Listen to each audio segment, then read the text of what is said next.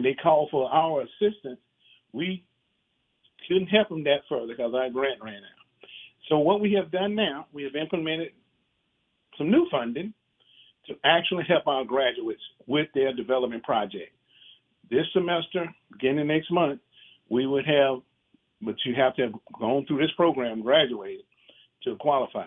And you got to have a legitimate project, and we're taking 15 to 25 projects. And we're going to have mentors to help mentor individuals who actually have the courage, the wisdom, and the know-how to go out there and get a development going, but get stuck in the end. We're going to help them actually finish it from start to completion. So that's going to be a new project, Andronika. I'll be running to the team in terms of how we're going to need assistance from them. It's what it's called is Create Enable Developers Executive Mentoring Program, where we will actually mentor individuals who've been through the program, who acquire property, who just get stuck somewhere along the line, and either how to jump the project off or how to close it. They have individuals that got in the project and got it going and got stuck somewhere in the middle. We'll come in there and help them go to the finish line with this mentoring program that we're going to be implementing. And this is something that's really important, and it's something that I think frustrates citizens and neighbors when these investments get stuck. And it's very easy sometimes to say, "Oh, this person didn't know what they were doing. They shouldn't be doing this," especially when it's a community member, when it's someone of that community trying to make a strategic investment. The system is sometimes almost rigged against them, or rigged against their philosophy that, hey, if you want to do this in a way that is building community and supporting your neighbors and building their power, kind of addressing some of the historic, especially in some of these neighborhoods, the not so historic disinvestment trends in neighborhoods. You know, people who are like, I love this neighborhood, I live here, the challenges. But also there's external crises like the climate change crisis, or and the insurance crisis dealing with, where again policy challenge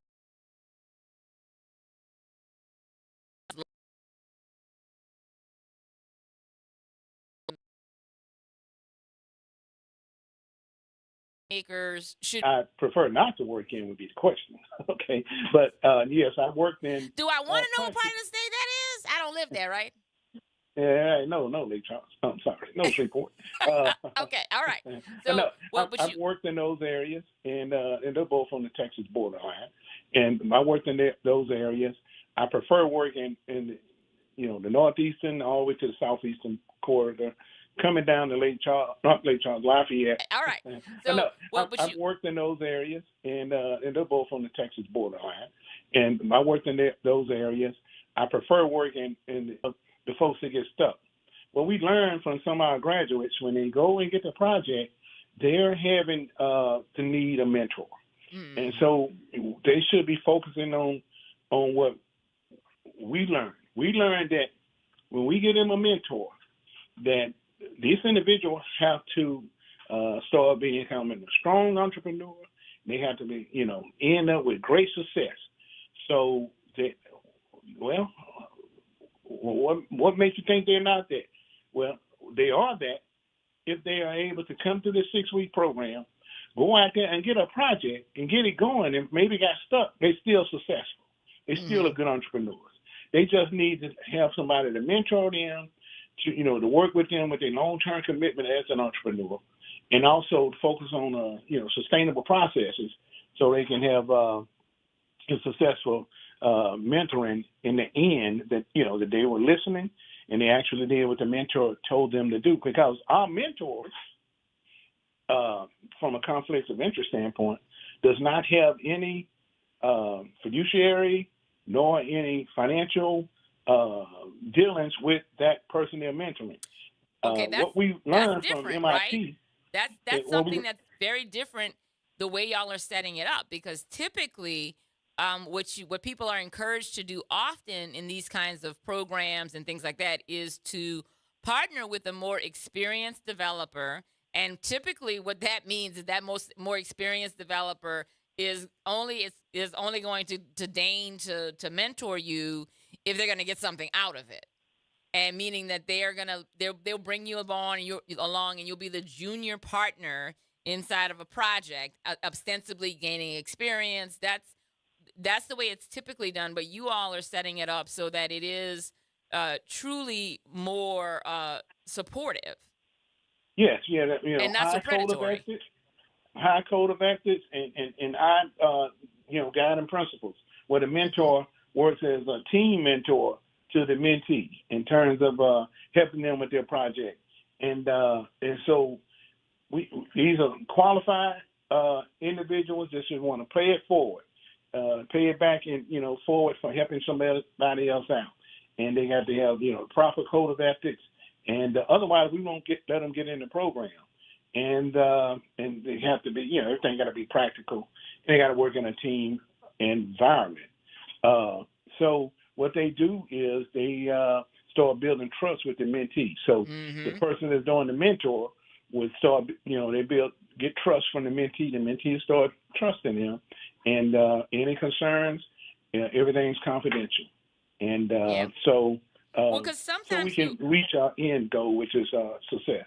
and part of the reason that's so important is that someone may have done a lot of work on putting together a really good project. They may have run into an obstacle um, that is relatively small, but a big lift for them at that moment for a number of reasons.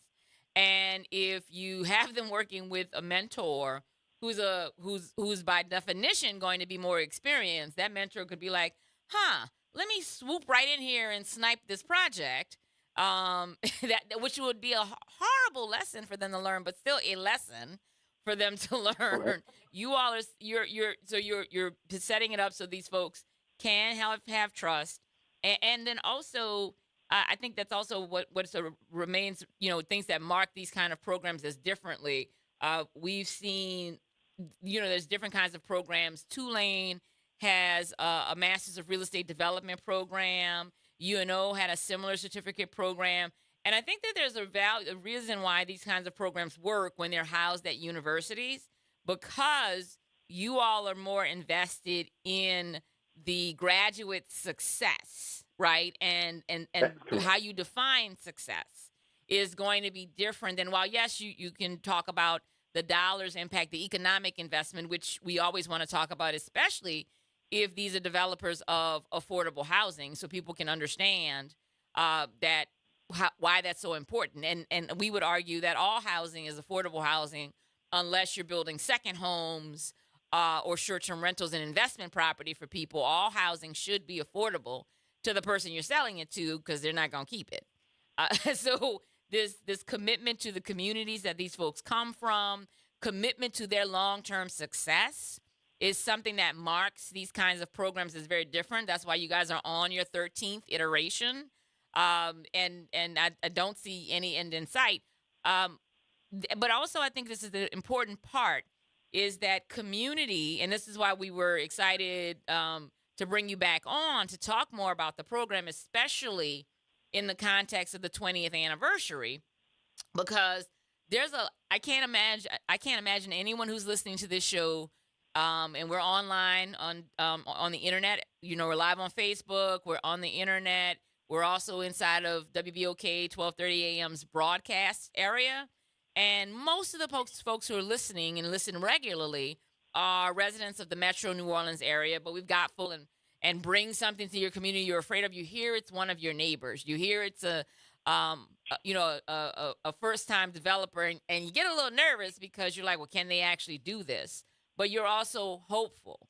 And then they get to this place where they hit that wall, or they go off in a ditch a little bit, and then the neighborhood is suddenly demoralized again, right? And so you all are also helping to build the credibility of neighborhood developers, of community development, or of people, of saying, look, people who actually care about these communities can and must, frankly, be a part of the solution to revitalizing them.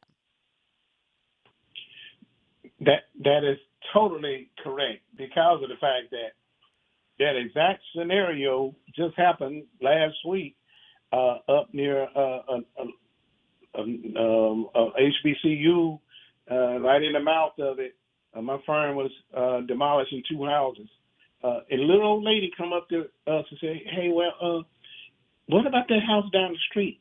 Can you tear that house down for me?" And we're like, "Yes, ma'am." Well, in the end, the folks who we were tearing the house, other two properties down for, they want to put student housing up there. Mm. So sometimes people, because everything is confidential, loose lips sink ships, they didn't tell us while we were demolishing those two properties that they were going to be infilling those two properties plus two of them they own and make it a 3-story student housing for that particular university. So, so you can do it on your own, but we think if you use the fundamentals that we have, it can be a little bit more faster. In their particular case, what a mentor would do for them is, one first you got to have is confidentiality. So the confidentiality statement has to be set between the mentor and the mentee. And all information and advice ought to be presumed confidential. And the entrepreneur alone determines whether to make a disclosure of confidential information, the mentee that is, but not the mentor. So they have individual that's going to be guiding them to actually get this project off the ground. What would benefit them if they were to get in my particular program for 6 weeks and actually learn the fundamentals of creating neighborhood developers, how to hear the buzzwords. Our practitioners are expert in their field, such as individuals like Jericho Road Home Director. These folks develop neighborhoods and houses, such as individuals that work in the municipalities and work for Liberty Bank. These executives have experience, and so they can guide these students on what to do in finances, actually how development actually work from A to Z. So when you do have a development, you have gotten proper guidance.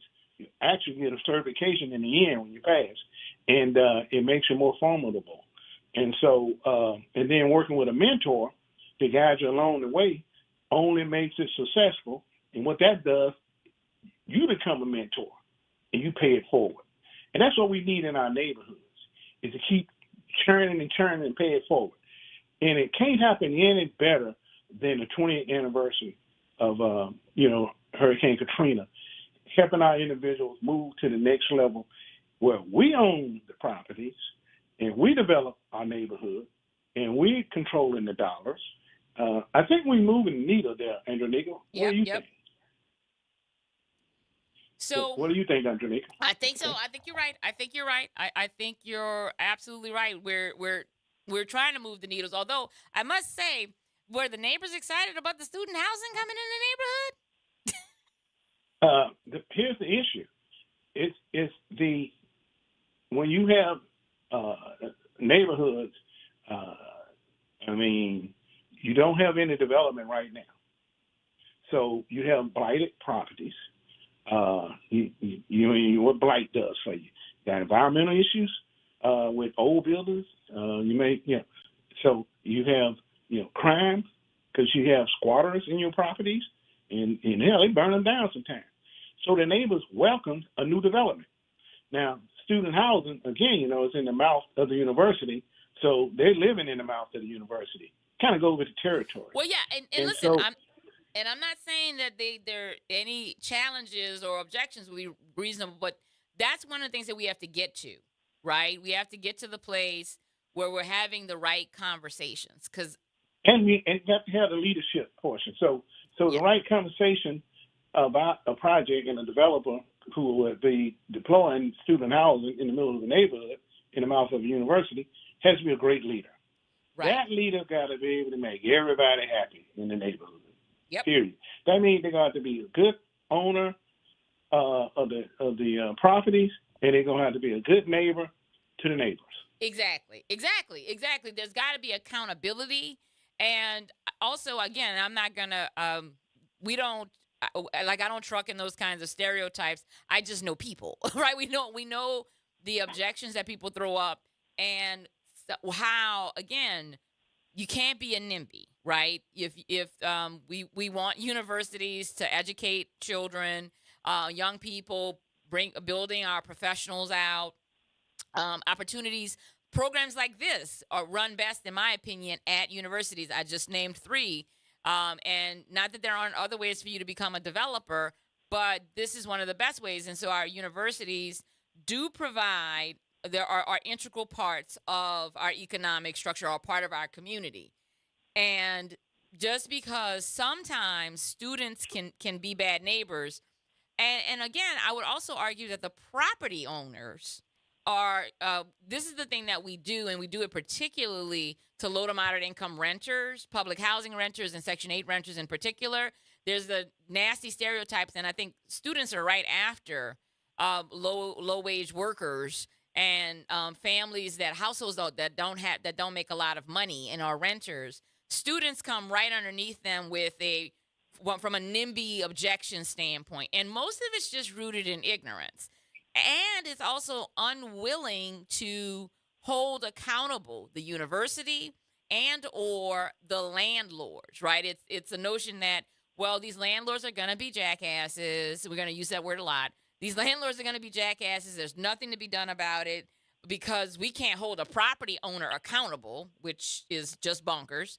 And we can't fight the university because instead of seeing the universities as part of the community, as our individuals that come out of our program, they're going to be armed and ready to go to create. In fact, these folks who are doing another student housing program directly across the street from that one is a graduate of our program.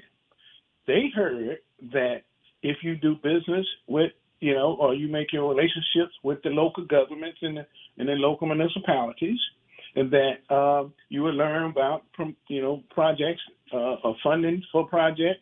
And this individual did that. In fact, they were awarded $6 million to put up, a 4-story, not necessarily student housing, more than first responders type project. And that's how they put their proposal in.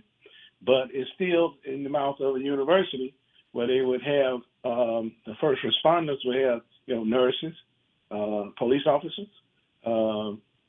educators, teachers. So they would be the tenants. Hopefully, you can't discriminate, but that's the preference for those particular tenants for their building. But this individual came out of our program and got awarded the funding. Mm-hmm. And what they did, they got stuck somewhere along the line. They didn't get stuck because they didn't know what to do at the next level. They got stuck from a financial standpoint where they didn't have